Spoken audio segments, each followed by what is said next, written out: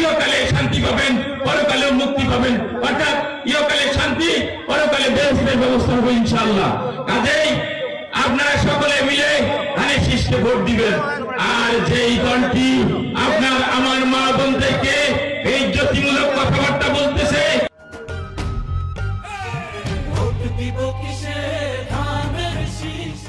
সেই দলটিকে দাঁড়িপাল্লাকে 12 তারিখের ভোটে লাল কার্ড দেখাবেন ইনশাআল্লাহ, লাল কার্ড দেখাবেন ইনশাআল্লাহ।